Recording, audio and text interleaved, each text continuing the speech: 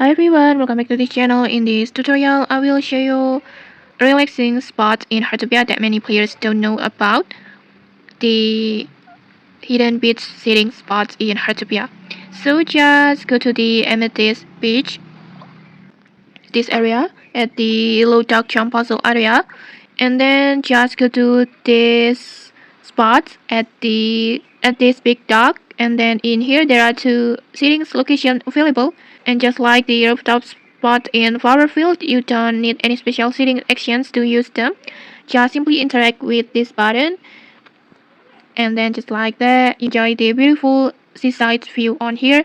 And I think this is one of the best places in the game for taking aesthetic photo, especially during sunrise or sunset like this. You can see it. You can just take a photo or hang out together with your friends on here. And okay, that's it. If you found this helpful, don't forget to like, comment, and subscribe for more tutorials. Thanks for watching, and see you.